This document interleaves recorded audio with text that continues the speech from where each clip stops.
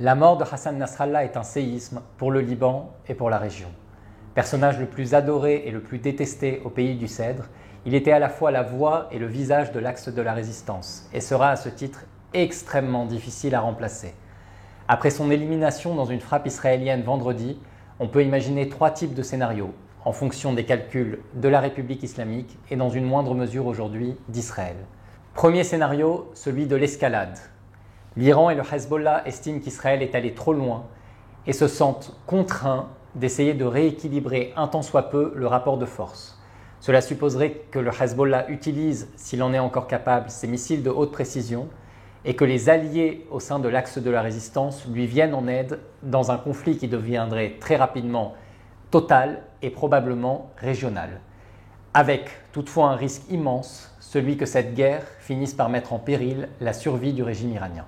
Deuxième scénario, celui où le Hezbollah et son parrain iranien acceptent leur défaite et considèrent que leur rapport de force leur est aujourd'hui beaucoup trop défavorable.